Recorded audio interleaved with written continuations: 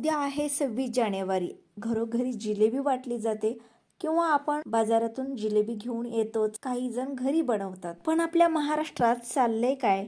आपल्या महाराष्ट्रात आपण पाहतोय आपल्या मराठा आरक्षणासाठी आपण लढतोय. एक मराठा नव्हे, लाख मराठा नव्हे, तर कोटीत मराठा उद्यापासून आरक्षण मिळण्यासाठी उपोषणाला बसणार आहे. आणि जोपर्यंत आपण हरण्याचा विचार करत नाही ना, तोपर्यंत आपल्याला कोणीही हरवू शकत नाही. आणि हे एकदा मनाशी पक्क केलं की आपण जिंकणार हे नक्की. आता मराठे गप्प बसणार नाहीत, कारण ते रस्त्यावर उतरलेले आहेत.